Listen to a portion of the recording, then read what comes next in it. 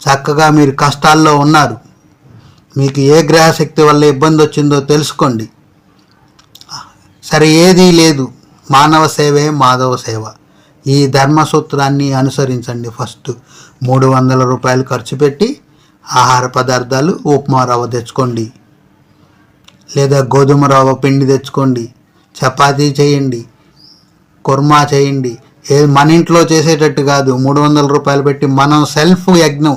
మీరంతా 30,000 ఖర్చు పెట్టినా మనం మమ అనుకునే బ్యాచే మనం. అంతేగాని ఆ యజ్ఞం ఏ ఫలం నీకు లేదు. ఆయన యజ్ఞం చేసుకుంటాడు, నువ్వు అనుకుంటుంటావు. ఏదో పక్కన ఖర్చు పెట్టావు కాబట్టి కొంచెం నెయ్యి అందులో పోస్తుంటావు.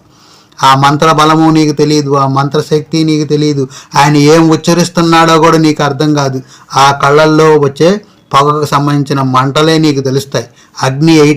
అగ్నిలోకి నెయ్యి పోయటమే తెలుస్తాయి. అప్పుడప్పుడు కొన్ని